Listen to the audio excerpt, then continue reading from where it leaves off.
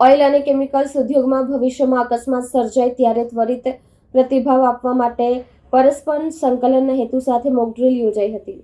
રાજ્યના મોટા ઓઇલ અને કેમિસ્ટ્રી ઉદ્યોગોમાં થતી આકસ્મિક ઘટનાઓમાં સમયે આવી પડેલી આપદાઓને પહોંચી વળવા માટે ત્વરિત રાહત અને બચાવની કામગીરી કરી શકાય તેવા આશયથી નેશનલ ડિઝાસ્ટર મેનેજમેન્ટ ઓથોરિટી અને Gujarat state disaster management authority તથા જિલ્લા ક્રાઇસિસ ગ્રુપના સંયુક્ત ઉપક્રમે આજરોજ ઈચ્છાપોર કવાસ સ્થિત ઇન્ડિયન ઓઇલ હજીરા ટર્મિનલ ખાતે ભૂકંપના આંચકાના કારણે ઓઇલ લીકેજ થતા વિકરાળ આગને કાબૂમાં લેવા અંગેની રાજ્યકક્ષાની સફળ મોક ડ્રીલ યોજાઈ હતી।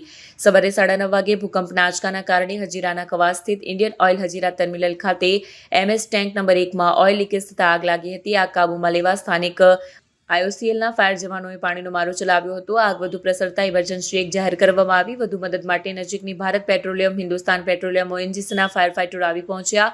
IOCL ટર્મિનલમાં પેટ્રોલિયમ પ્રોડક્ટ્સની ભારે લીકેજ અને ટેન્ક પાઇપલાઇન ડાયરેક્ટ તૂટી જવાથી આગ બેકાબૂ બની, જેથી આગ પર કાબૂ ન આવતા IOCL દ્વારા ઇમરજન્સી 3 જાહેર કરી ગંભીર લીકેજની માહિતી જિલ્લા ડિઝાસ્ટર કંટ્રોલને જાણ કરવામાં આવી।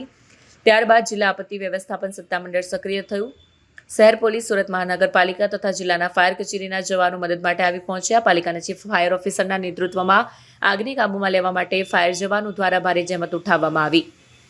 તત્કાલ 108 તથા સિવિલ સ્મીમેર હોસ્પિટલની ડોક્ટરોની ટીમો એમ્બ્યુલન્સ સાથે ઘટનાસ્થળ પર આવી પહોંચી હતી। ડોક્ટરો દ્વારા ઇજાગ્રસ્તોને પ્રાથમિક સારવાર આપી નજીકના શેલ્ટર હોમ ખાતે ખસેડવામાં આવ્યા હતા, જ્યારે વધુ સારવાર માટે સિવિલ હોસ્પિટલ ખસેડવામાં આવ્યા હતા।